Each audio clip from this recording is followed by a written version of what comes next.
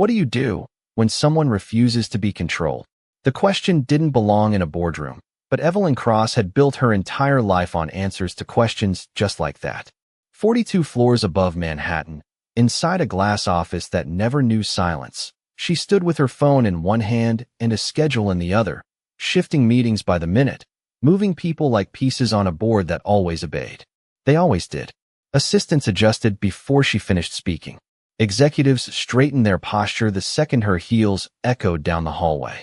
Even the air in the room felt organized, sharp, efficient, predictable. Control wasn't something she chased. It was something she carried. And then there was Marcus Hale. He didn't fit. Not loudly. Not dramatically. Just quietly wrong.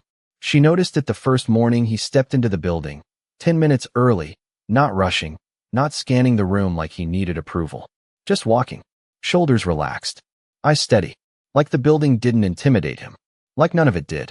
"You're the new driver?" her assistant had asked, tone clipped, already dismissive. Marcus nodded once. "Yes, ma'am." No extra words.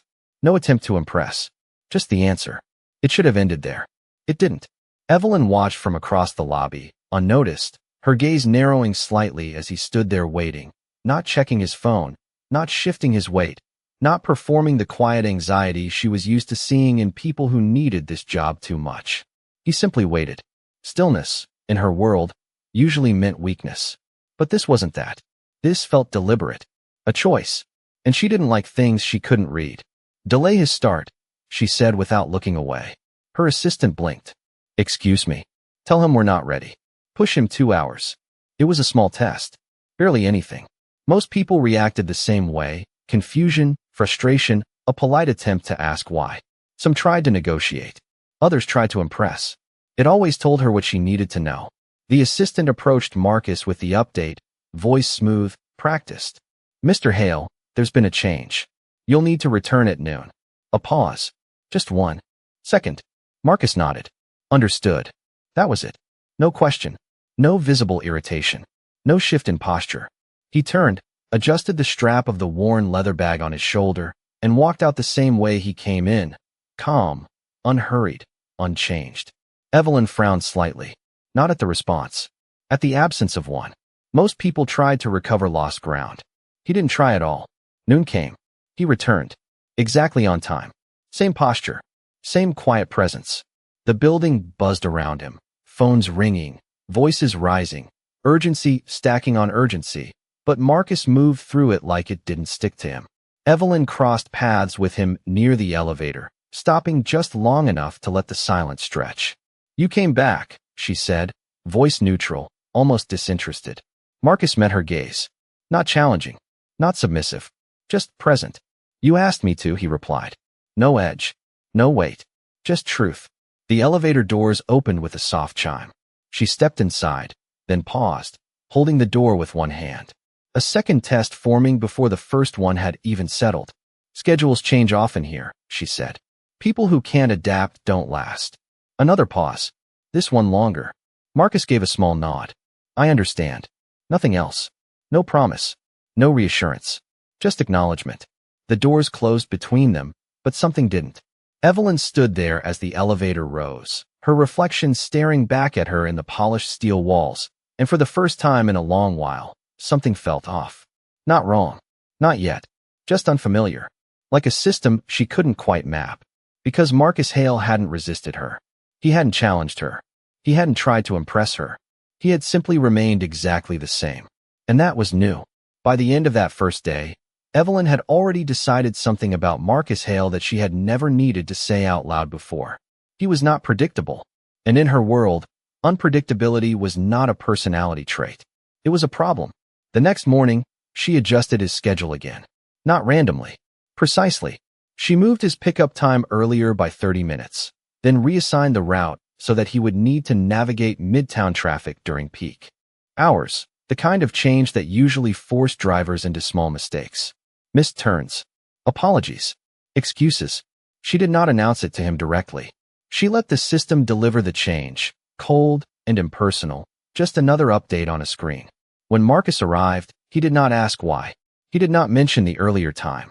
He simply checked the revised route, nodded once to himself, and stepped into the driver's seat. The engine started with a low hum. No hesitation. No visible calculation. Just movement. Evelyn watched from the back seat as the city pressed in around them. Taxis cutting across lanes, pedestrians flooding the crosswalks, horns layering over each other in a constant, restless rhythm. This was where people usually showed strain. A tightening grip on the wheel. A quick glance in the mirror. A subtle attempt to impress her with smooth recovery or forced confidence. Marcus did none of it. His hand stayed steady. His posture did not shift. When a delivery truck blocked half the lane ahead, forcing traffic to slow to a crawl, he did not react. He waited. Not passively. Just without urgency. "You are losing time," Evelyn said, her voice cutting through the quiet of the car. Marcus glanced at the clock once, then back to the road. "Yes, ma'am." No explanation followed. No promise to make it up. Just acknowledgement. The car inched forward. Minutes passed. Then another. The meeting she had scheduled was approaching, and for the first time, the delay was not theoretical. It was real. She leaned forward slightly. "Most drivers would try to reroute," she said. "Most drivers are trying to impress you," Marcus replied. It was the first time he had offered more than a simple answer. The words were calm. Not defensive. Not sharp. Just clear. Evelyn leaned back slowly, studying him through the rearview mirror. His eyes stayed on the road. Not avoiding her. Not seeking her reaction. Just focused. "And you are not?" she asked. A pause. Not long. Just enough to register the question. "I am here to do the job right," he said. Not fast. Not loud. Right. The sentence settled into the space between them, quiet but firm. Outside, the city continued its noise, but inside the car, something shifted. Evelyn did not respond. She watched instead. Watched the way he allowed a pedestrian to cross even when the light had already turned. Watched the way he waited an extra second before accelerating, as if measuring something no one else could see. It was not an efficiency. It was intention. And intention without performance was something she was not used to. When they finally reached the building, 12 minutes later than scheduled, her assistant was already waiting at the entrance, phone in hand, tension written across her face. "We are late," she whispered as Evelyn stepped out. Evelyn did not answer immediately. She glanced back at Marcus, who had already stepped out of the car, walking around to open her door, not rushed, not apologetic, just present. For a brief second, their eyes met again. No fear, no expectation, just the same steady stillness. Evelyn turned and walked toward the building, heels sharp against the pavement, her assistant falling into step beside her. "Adjust the rest of the day," she said finally. "Move the afternoon calls." Her assistant blinked. Because of the delay, Evelyn paused just inside the glass doors, the reflection of the city stretching behind her. "No," she said quietly. "Because I want to see how far he goes." And somewhere behind her, Marcus Hale closed the car door with the same quiet care he did everything else, unchanged, unmoved, as if none of it had been a test at all. By the third day, Evelyn stopped pretending the adjustments were operational. They were intentional now, designed, precise. She did not just move Marcus through schedules anymore. She began placing him into situations where most people revealed themselves without realizing it.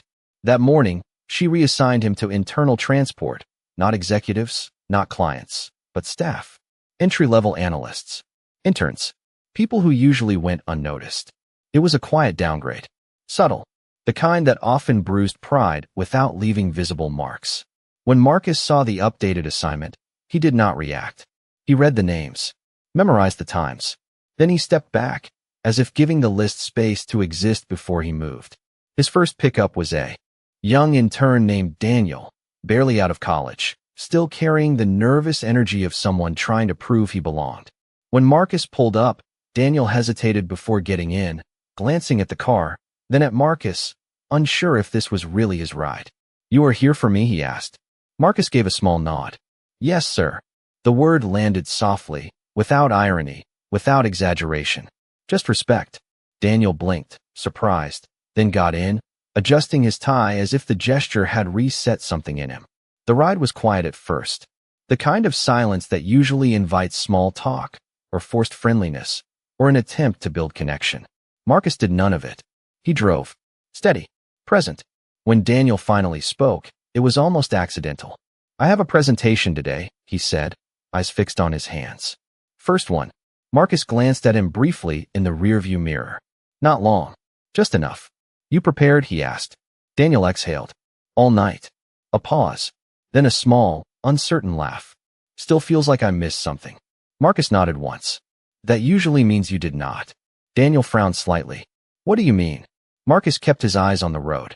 People who miss something usually think they did everything right. The sentence was simple, but it stayed. Daniel leaned back, the tension in his shoulders easing just a little, as if someone had quietly shifted the weight he was carrying. When they arrived, Daniel paused before getting out. Thank you, he said, more certain this time. Marcus gave a small nod. You are ready. No emphasis. No encouragement layered with pressure. Just a statement. Daniel stepped out differently than he got in. Straighter. Quieter. As if something had settled inside him.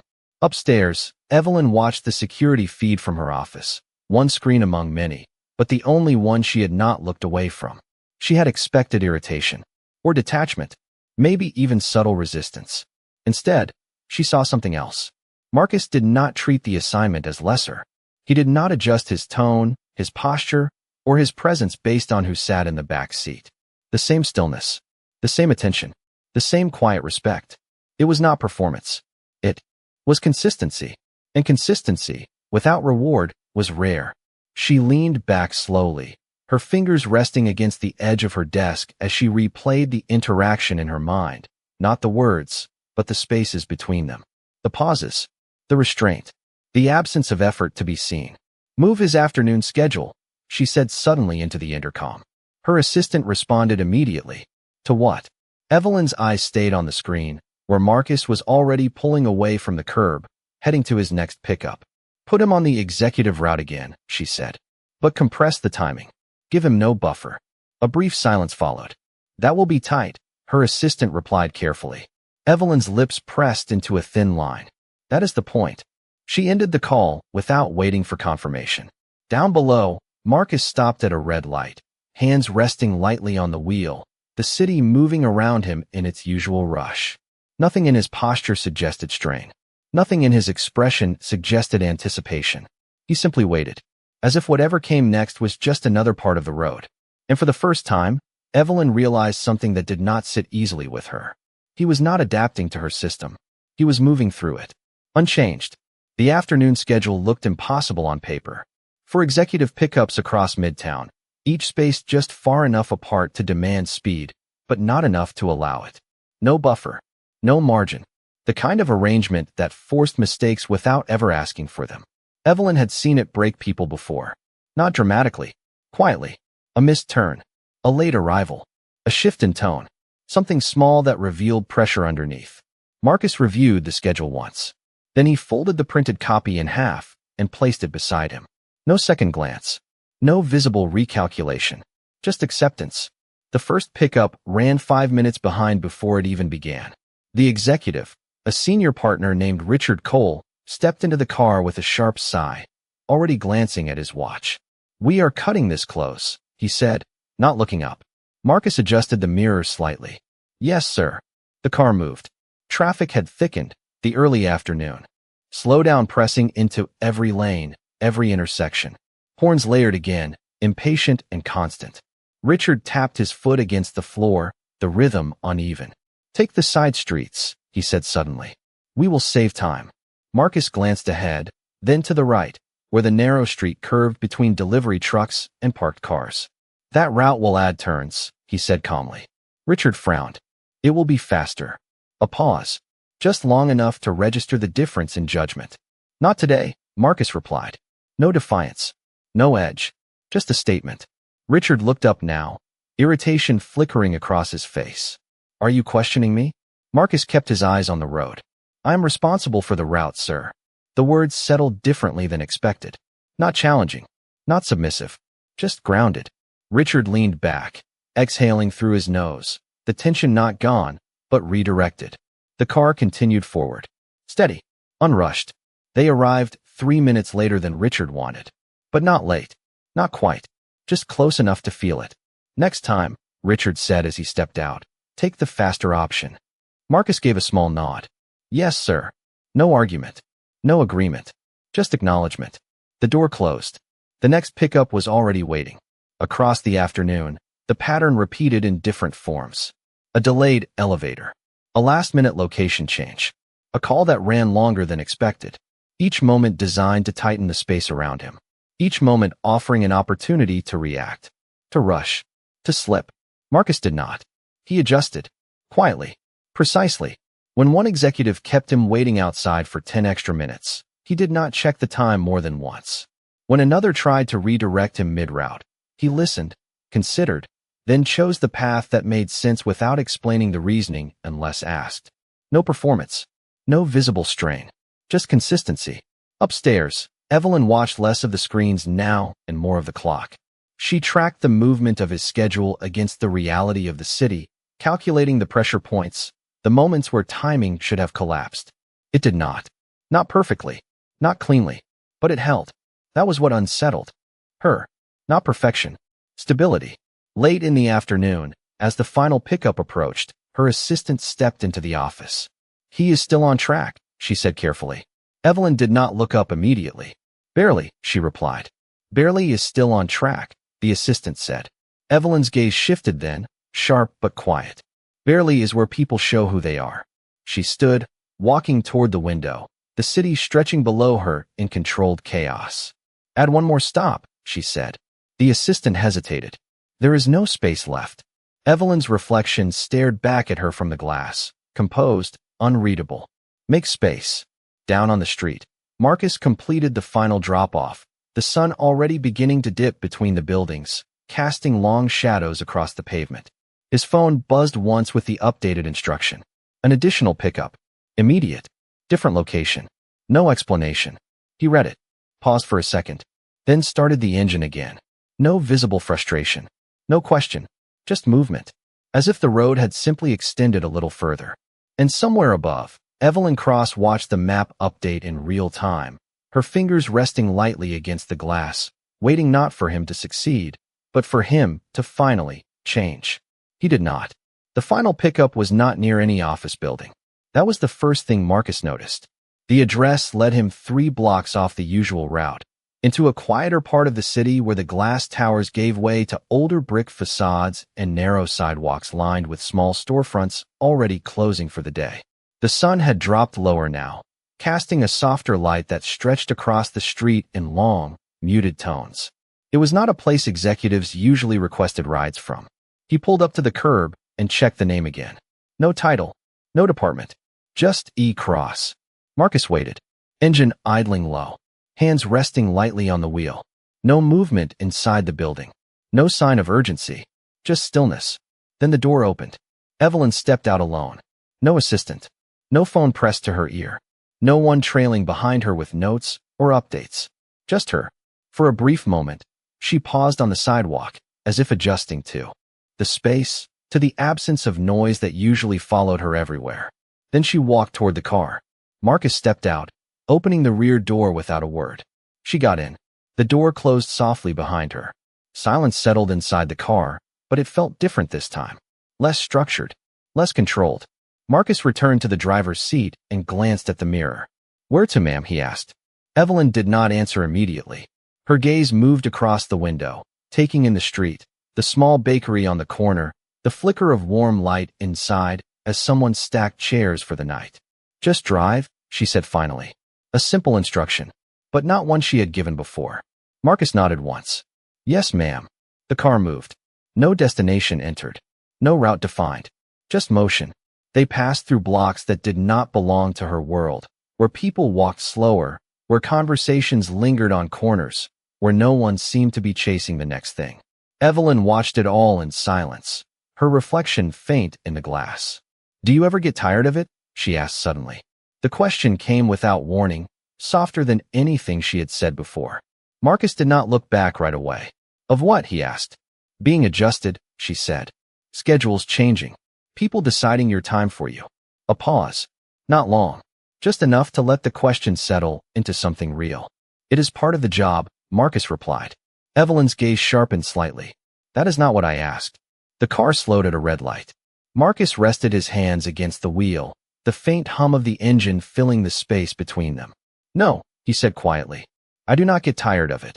The answer hung there. Simple. Direct. Evelyn leaned forward slightly, her voice lower now. That does not make sense. Marcus glanced at her through the mirror. Not defensive. Not distant. Just present. It does to me, he said. The light turned green. The car moved again.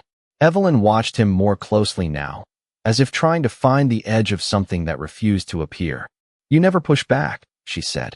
You never question. You never. She stopped, searching for the word. React. Marcus turned the wheel gently, merging into the next street. I choose when something is worth reacting to, he said. Another pause. This one heavier. And this is not, she asked. Marcus shook his head once. No, ma'am. The answer was not dismissive. It was not indifferent. It was certain. Evelyn leaned back slowly, her eyes no longer on the city, but on him. For the first time, the pattern broke. Not in his behavior, in her understanding. Because every test she had designed had been built on one assumption. That pressure revealed truth. But Marcus Hale was not revealing anything new. He was showing the same thing, over and over again. And somewhere in that repetition, something inside her shifted, not enough to name, not enough to admit, but enough to feel unfamiliar. The car moved through the city without direction, without urgency, without a destination entered into any system. And for the first time since she stepped into it, Evelyn Cross was not trying to control where it was going. She was trying to understand why he was not. The car moved without a destination, but not without direction. Marcus drove with the same quiet precision, turning when the road asked for it, slowing when the moment required it, never forcing the path to bend around him. Evelyn sat in the back seat, her usual rhythm gone, no calls to answer, no messages to clear, no schedule to anchor her thoughts. Just the hum of the engine and the steady presence of someone who refused to be rushed. Pull over, she said suddenly. Marcus did not question it. He signaled, eased the car to the curb beside a small park tucked between two apartment buildings, the kind of place most people in her world would never notice. The engine idled. He waited. Evelyn looked out the window. A few children were still there, chasing each other across the grass, their laughter carrying lightly through the air. A woman sat on a bench nearby, watching them with a tired but steady calm. No urgency. No performance. Just presence. Do you have somewhere to be? Evelyn asked, her voice quieter now, less defined. Marcus glanced at the clock, then at the park. Yes, ma'am, he said, but not for another hour. She turned slightly, studying him again, as if trying to locate the boundary she had not yet found. And you are fine sitting here? She asked. Marcus nodded once. If that is what you need. The answer landed differently than anything he had said before. Not because of the words. Because of what was not in them. No obligation. No impatience. Just allowance. Evelyn stepped out of the car without another word. The evening air met her differently here. Softer. Less filtered. She walked a few steps toward the park, heels slowing against the uneven pavement, then stopped, watching the children again. Marcus remained by the car, not leaning, not checking his phone, not filling the space with unnecessary movement. Just standing there, as if time did not press against him the way it did everyone else. After a few minutes, one of the children tripped near the edge of the grass. Not hard, just enough to break the rhythm of the game. The boy sat there for a second, looking around, unsure whether to cry or stand. Before anyone else moved, Marcus stepped forward. Not quickly, not dramatically. He crouched down beside the boy, saying something too low for Evelyn to hear. The boy looked at him, blinked once, then pushed himself back up, brushing the dirt from his jeans. No fuss, no attention drawn. Marcus gave a small nod and stepped back, returning to where he had been as if nothing had happened. The game resumed. The moment passed, but something stayed. Evelyn watched the entire exchange without realizing she had taken a step closer. No performance. No need to be seen. He had not looked around to check who noticed. He had not extended the moment beyond what it needed to be. He had simply responded, then returned to stillness. Evelyn's voice, when it came, was different. Softer. Less certain. Why did you do that? She asked as she walked back toward the car. Marcus opened the door for her, waiting until she was seated before answering. He needed a second, he said. She frowned slightly. That is it. Marcus met her gaze briefly. That is enough. The door closed. The car felt quieter now, but not empty. Evelyn sat back, her eyes no longer scanning the outside world, but turned inward, replaying something she Could not quite explain. Not the action itself. The absence of everything around it. No hesitation. No expectation. No reward. Just a moment that did not belong to any system she understood. Marcus returned to the driver's seat, started the engine, and glanced once at the mirror. "Where to, ma'am?" he asked. Evelyn did not answer right away. For the first time, she did not have one. And somewhere in that silence, something shifted again, quieter this time, but deeper. Because she was no longer trying to test him. She was beginning to question herself. The car merged back into the evening traffic, but something had shifted inside it. Not in the way it moved. That stayed the same. Smooth. Measured. Quiet. But the silence between them was no longer neutral. It carried weight now. Evelyn sat with her hands resting loosely in her lap, her phone still untouched beside her, the screen dark for longer than it had been in years. She watched Marcus through the reflection in the window more than the mirror, studying the way he existed without effort. "Do you always do that?" she asked after a while. Marcus kept his eyes on the road. "Do what, ma'am?" "Step in like that," she said, without being asked, without making it anything. A pause. The kind that felt like he was considering the shape of the question, not just the words. "If it needs doing," he said. Evelyn tilted her head slightly. "And if it does not?" Marcus's hands adjusted the wheel just enough to follow the curve of the street. "Then I do not." The answer was simple. Too simple. It did not leave room for interpretation, and that unsettled her more than anything else had. "Most people would have made it a moment," she said. "They would have looked around. Made sure someone saw." Marcus gave a small nod. "Most people are trying to be seen." Evelyn's eyes narrowed slightly. "And you are not." Another brief pause. "No, ma'am."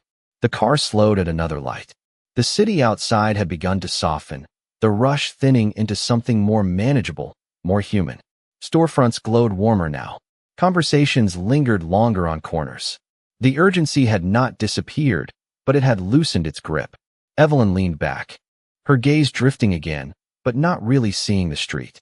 She was replaying the park, the boy, the way Marcus had moved without hesitation, but also without weight. As if the action did not belong to him. As if it was simply part of the moment. "You said you choose when something is worth reacting to," she said slowly. "How do you decide that?" Marcus exhaled softly, almost inaudible. "If it changes something that matters," he said, "then it is worth it." Evelyn looked at him now, not through glass, not through reflection. Direct. "And what matters?" The question hung longer this time. Not because he did not have an answer. Because he did. Marcus stopped at the light, his hands resting still against the wheel, the faint hum of the engine filling the space again. "People," he said. Just one word. No elaboration. No explanation. The light turned green. The car moved. Evelyn did not respond right away. She turned her gaze forward, watching the road the way he did, but without the same clarity. Because for her, everything had always been layered. Outcomes. Consequences. Control. Nothing existed on its own. Everything connected to something else. But the way he said it made it sound separate. Simple. As if it did not need anything beyond itself.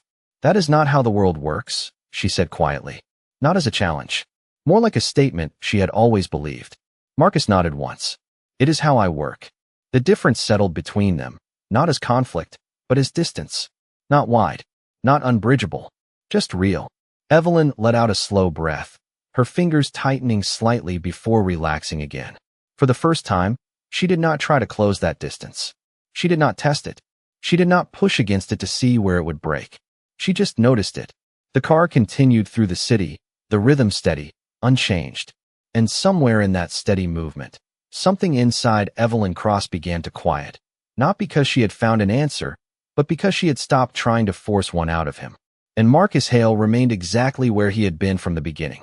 Not ahead, not behind, just present, unmoved. And somehow, that was beginning to move her. That night did not end when the car stopped. It followed her home. Evelyn stood in her apartment, high above the city again, the glass walls reflecting a version of her that looked exactly the same as it had that morning. Composed, controlled, untouched, but something underneath no longer aligned. Her phone buzzed once on the counter. Then again, emails stacking, messages waiting, decisions needing to be made. She looked at it, then looked away. That had never happened before. She walked toward the window instead, her heels softer now against the polished floor, the city stretching below her in perfect lines and predictable motion. It had always made sense from up here. Everything in its place. Everything moving with purpose. But tonight, her mind did not stay on the skyline. It kept returning to smaller things. A boy brushing dust from his jeans.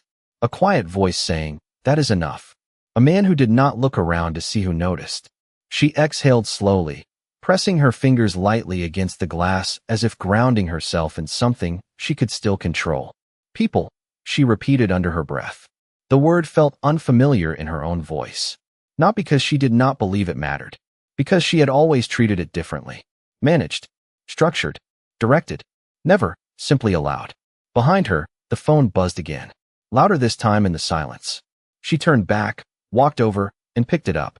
Her thumb hovered over the screen, ready to respond, to step back into the rhythm she had built her life on. Then it stopped, just for a second. She set the phone back down, not ignored, just delayed. A small shift, but it stayed. Across the city, in a modest apartment that did not overlook anything but another row of buildings, Marcus sat at a small kitchen table with his daughter.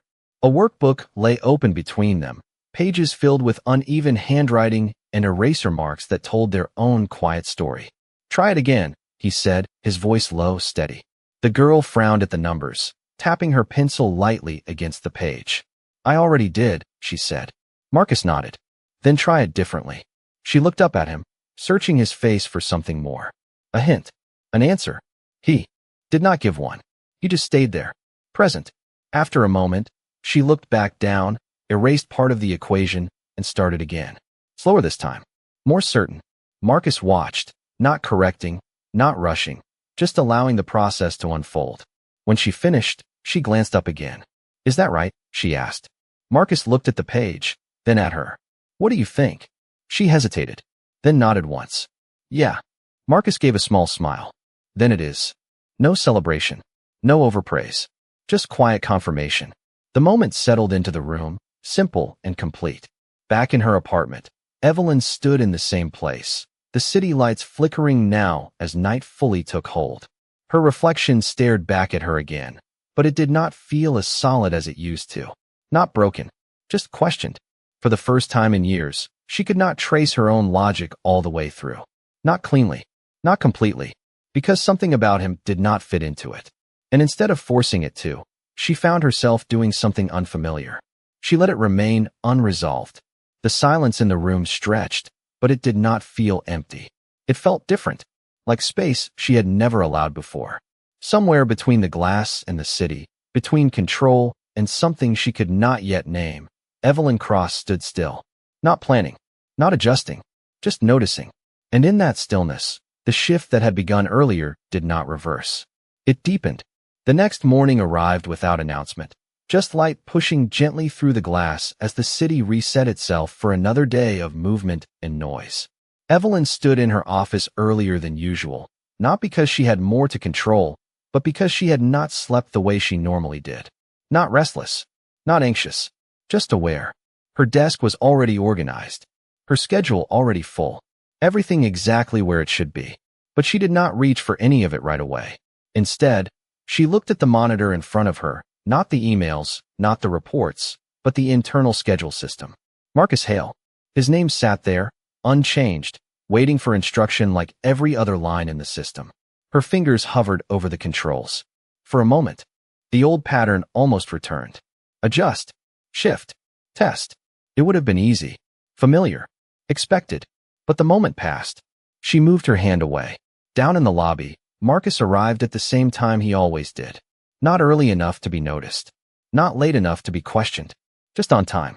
He stepped inside, the building already alive with movement, people crossing paths, voices layering into the usual rhythm of urgency.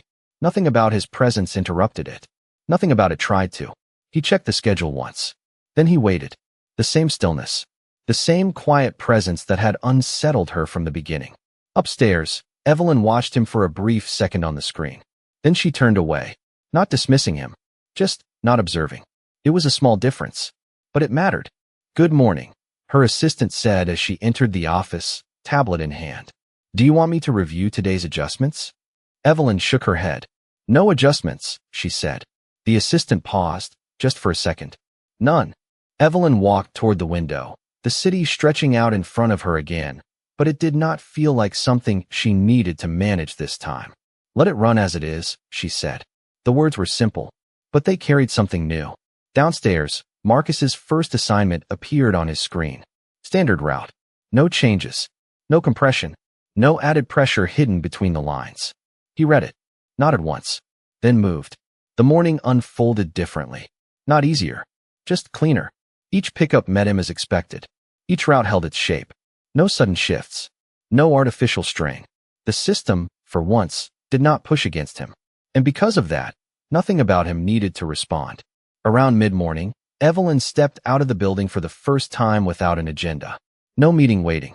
No destination locked into time. Just a step outside. The air felt the same. The city looked the same. But she did not move through it the same way. She paused at the edge of the sidewalk, watching people pass, noticing things she would have filtered out before. A man holding the door a second longer for someone behind him. A woman adjusting a child's backpack before. Crossing the street. Small moments. Unmeasured. Untracked. She stood there longer than necessary. Or maybe, for the first time, exactly as long as she needed. When she returned inside, Marcus was just pulling up to the entrance, completing another routine drop-off. He stepped out, walked around the car, and opened the door with the same quiet precision. No change. No shift. Just presence. Evelyn met his gaze for a brief second. No test behind it this time. No expectation. Just recognition. "Good morning, ma'am," Marcus said. His voice steady. Unchanged. Evelyn gave a small nod. "Good morning, Marcus." She stepped into the car. No instruction followed. No immediate command to move. Just a pause. Then she said, quietly, "Take your time." Marcus nodded once. "Yes, ma'am." The door closed. The car moved. Not faster. Not slower. Just right. And somewhere between the building and the road ahead, something settled into place without needing to be forced. He had not raised his voice. He had not pushed back. He had not changed who he was. And in doing so, without ever trying to, he had changed